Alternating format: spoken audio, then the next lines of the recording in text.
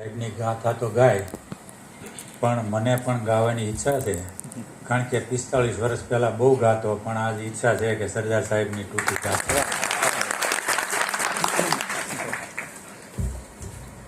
કર્મ સદનો કર્મયોગી લાડવાનો લાડલો, સપુત ભારત માતનો સરદાર વલ્લભ આપણો, સરદાર વલ્લભ આપણો. સાબરમતીના સંતનો સાચો હતો એ સારથી, હિન્દનો એ લોહ પુરુષ સરદાર વલ્લભ આપણો, સરદાર વલ્લભ આપણો. બોરસદનો બેરિસ્ટર ને સેનાની સંગ્રામનો, શિલ્પી નવ ભારત તણો સરદાર વલ્લભ આપણો, સરદાર વલ્લભ આપણો. બ્રિટિશ હકુમત હાંકનાર ને હજારો વંદન હજો, ભારતનો ભડવીર એ સરદાર વલ્લભ આપણો, સરદાર વલ્લભ આપણો. કર્મ સદનો કર્મયોગી લાડવાનો લાડલો, સપુત ભારત માતનો સરદાર વલ્લભ આપણો, સરદાર વલ્લભ આપણો, સરદાર વલ્લભ આપણો. 150મી જન્મ જયંતિ નિમિત્તે ઉપસ્થિત સમારંભના અધ્યક્ષ દક્ષેશભાઈ માવાણી, જેમના કરકમળ હસ્તે સરદાર સાહેબના બુકનું વિમોચન થયું એવા લાલજીભાઈ પટેલ, પૂર્વ શિક્ષણ મંત્રી નાનુભાઈ વાનાણી, મનોહરભાઈ સાસપરા, ગીતાબેન શ્રોફ, સમન્વય ગોષ્ઠીના સહભાગ તો ખરા જ, પણ આખા ઓડિયન્સમાં સૌથી ઉંમરલાયક છે એવા પ્રતાપ દાદા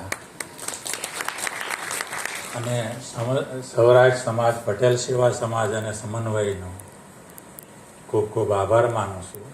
વિશેષ વાત કે સરદાર સાહેબ, હું થોડું ઘણું જે મારી સમજણમાં છે, એ રાજપુરુષ હતા, એ મહાપુરુષ હતા અને યુગ પુરુષ હતા. કારણ કે એનામાં બધા જ ગુણ હતા. એમાં શિષ્યના ગુણ હતા, લીડરના ગુણ હતા. કયો ગુણ નહોતો? ત્યાગ ભાવના હતી, એ આપણે સૌ જાણીએ છીએ. એનું વિવેચન હું કરતો નથી. કાળજુ સિંહનું રાખો, સાચું કહેવાની હિંમત રાખો અને ઘરની વાત ઘરમાં રાખો. આટલા શબ્દો જો એના સમજાઈ જાય ને, કાંઈ કરવાનું બાકી રહે નહીં. સરદાર સાહેબમાં હિંમત હતી, એનો ડીએનએ જે કંઈ હશે તે, પણ એ હિંમતનું હું જ્યાં સુધી સમજું છું ત્યાં સુધી એના જીવનમાં જે સિદ્ધાંતો, નીતિમત્તા, જે મોરલ હતું, એને હિસાબે રોજ એમને જે હિંમત હતી એ વધતી જતી હતી. અને અહીંયા બધા બહુ જ્ઞાનીઓ બેઠા છે. સ્વતંત્રતા મેળવવી ખૂબ અઘરી છે. લાખો લોકોએ બલિદાન આપ્યા ત્યારે આપણે સ્વતંત્ર થયા. પણ હું જ્યાં સુધી સમજું છું, સ્વતંત્રતાથી પણ વિકટ કામ એ ભારતને એક કરવાનું હતું, અને એ કામ સરદાર સાહેબે કર્યું. આના માટે એમને લાખ 140 કરોડ જનતા જેટલો આભાર માને એટલો ઓછો છે. સ્વતંત્ર ઘણી કન્ટ્રીઓ થઈ, ભારત એક નહીં. પણ જે સરદાર સાહેબે 562 જે રિયાસતને એક કરી, આવું દુનિયામાં બીજે ક્યાંય દ્રષ્ટાંત નથી. બીજો એક પણ સરદાર ક્યાંય જન્મ્યા નથી અને એ સરદારની જન્મભૂમિ ગુજરાતમાં છે અને એના જ આપણે સંતાનો છીએ. એટલે કોઈ નેતા કોઈ કાસ્ટનો, કોઈ જ્ઞાતિનો, કોઈ વર્ણનો નથી હોતો. કઠણાઈ ભારતની એ છે કે અહીંયા નેતાએ તે જ્ઞાતિવાદ વહેંચી દીધા છે અને સંતોએ વહેંચી દીધા છે. એટલે રિયલી મારી બે હાથ જોડીને ભારતની જનતાને અપીલ છે, વિનંતી છે કે સુખી થવું હોય તો ઉપર ઉઠી કોઈ પણ જ્ઞાતિનો નેતા હોય એને યથાયોગ્ય માન આપવું જોઈએ અને એના જીવનમાંથી, એના કાર્યમાંથી કંઈક શીખવાની અને જીવનમાં અનુસરવાની પ્રેરણા લેવી જોઈએ. આવી બધી જે વાતો છે કે સરદાર સાહેબ માં શું નહોતું અને શું એને નથી કર્યું.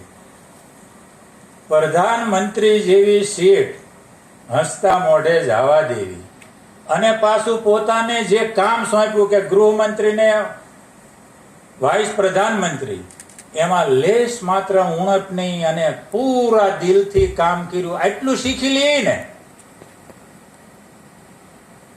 તોય તે જીવનમાં ખૂબ વિકાસ થાય એમ છે અને રાષ્ટ્રનો વિકાસ થાય એમ છે. એટલે સરદાર સાહેબના જીવનમાંથી જે શીખવાનું છે, વાંચવાનું તો છે પણ શીખવાનું છે અને એનું પછી અનુકરણ કરવાની જરૂર છે. બધું ન સરદાર સાહેબ આપણે ન થઈ શકીએ પણ આપણા લેવલે તો આપણે એના વિચારોને પચાવી અને જીવનમાં, કારણ કે એને જીવનમાં કર્મને કેટલું મહત્વ આપ્યું. ક્યાંય મેં નથી વાંચ્યું કે સાંભળ્યું કે સરદાર સાહેબે કોઈ ઉપવાસ કર્યા કે ક્યાંય હાલીની યાત્રાએ ગયા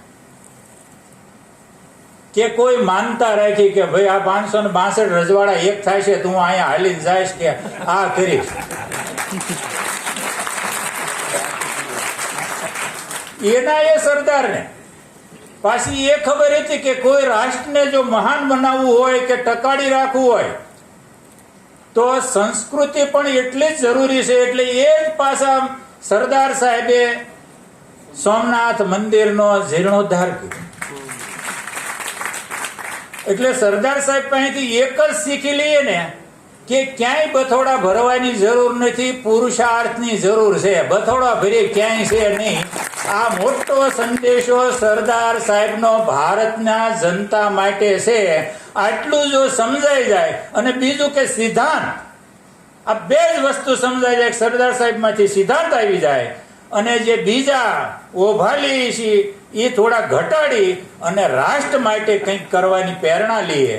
અને રાષ્ટ્ર માટે કરવું એટલે શું? સરહદે જઈને લડવું એ નહીં. પોતે પોતાની ફરજ ઈમાનદારી પૂર્વક દરેકે નિભાવવી, આ રાષ્ટ્રભક્તિ છે. પેલા ભાઈ કંપનીમાં એક મેનેજર વીક હોય તો એ કંપની ફરસામાં જતા વાર નથી લાગતી. તો અહીંયા હું શું વાત કરું? એટલે ભારતને સક્ષમ બનાવવું હોય તો એકે સિદ્ધાંત અને કર્મ, પુરુષાર્થ, આ બે જ વસ્તુ સરદાર સાહેબ માંથી જો આપણે લઈ લઈએ ને તો ભારતને કોઈ આંગળી સીંધી કે એમ છે નહીં. બસ આટલી વાત કરી.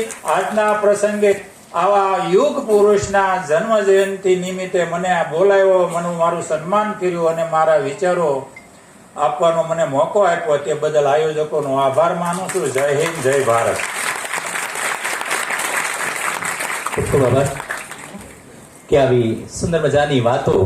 એવું કહેવાય છે કે જર્મનીમાં માત્ર 50 જેટલા ભાગોને ભેગા કરીને બિસ્માર્ક નામના પ્રાપ્ત કરી હતી, પરંતુ સરદારે તો આવા 562 જેટલા રજવાડાઓને ભેગા કર્યા છે. હું તો એવું કહું છું કે બિસ્માર્કની ઓળખ એવી થવી જોઈએ કે જર્મનીના સરદાર, બિસ્માર્ક જર્મનીના સરદાર તરીકે ઓળખાય એવું કામ સરદારે કર્યું છે. અને આ સરદારની 150મી જન્મજયંતિ જ્યારે ઉજવી રહ્યા છે ત્યારે જે સહયોગી